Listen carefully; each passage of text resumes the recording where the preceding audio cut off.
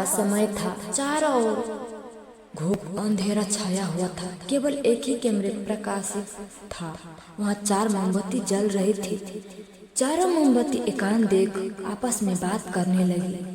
पहली मोमबत्ती बोली, मैं शांति हूँ।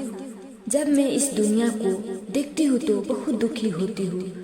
चारों ओर आपाधापी, लूट खसोट और हिंसा का बोलबाल है। ऐसे में यहाँ रहने बहुत मुश्किल है। मैं अब यहाँ से और नहीं रह सकती हूँ। इतना कहकर मोमबत्ती बुझ गई। दूसरी मोमबत्ती भी अपने मन की बात कहने लगी। मैं विश्वास हूँ। मुझे लगता है कि झूठ, धोखा, फरेब, बेईमानी मेरा वजूद खत्म करते जा रहा है। ये जगह अब मेरा लायक नहीं है। मैं भी जा रही हूँ।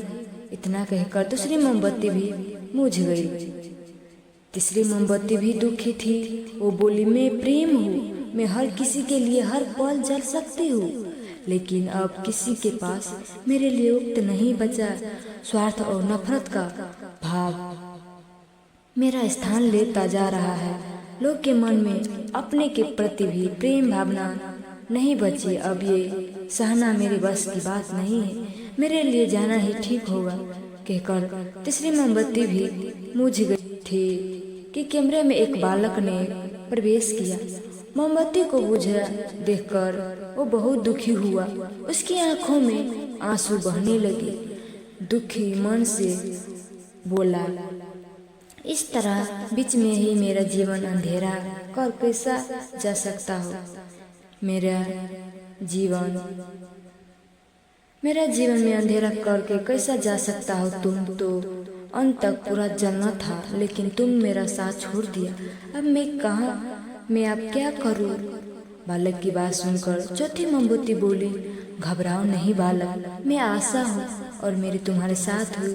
जब तक मैं जल रही हूँ तुम मेरी लो से दूसरी मोमबत्ती को जला सकते हो। चौथी मोमबत्ती की बात सुनकर बालक ठंडा बंद गया। उसने आशा के साथ शांति, विश्वास और प्रेम को पूर्ण प्रकाशित कर लिया। जीवन में समय एक सा नहीं रहती है, कभी उजाला रहता है तो कभी अंधारा। जब